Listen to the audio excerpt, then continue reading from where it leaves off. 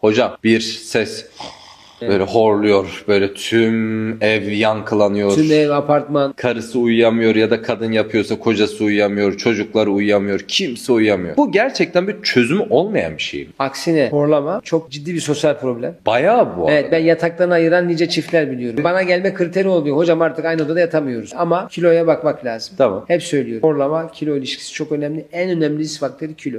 Sonrasında burun kıkırdağı eğrilikleri, burun içi et büyümeleri, yumuşak damak problemleri, dil kökü problemleri diğer nedenler. Ve bir kulak burun boğaz hastalıkları uzmanı muayene ile neden horladığınızı size söyleyebilir.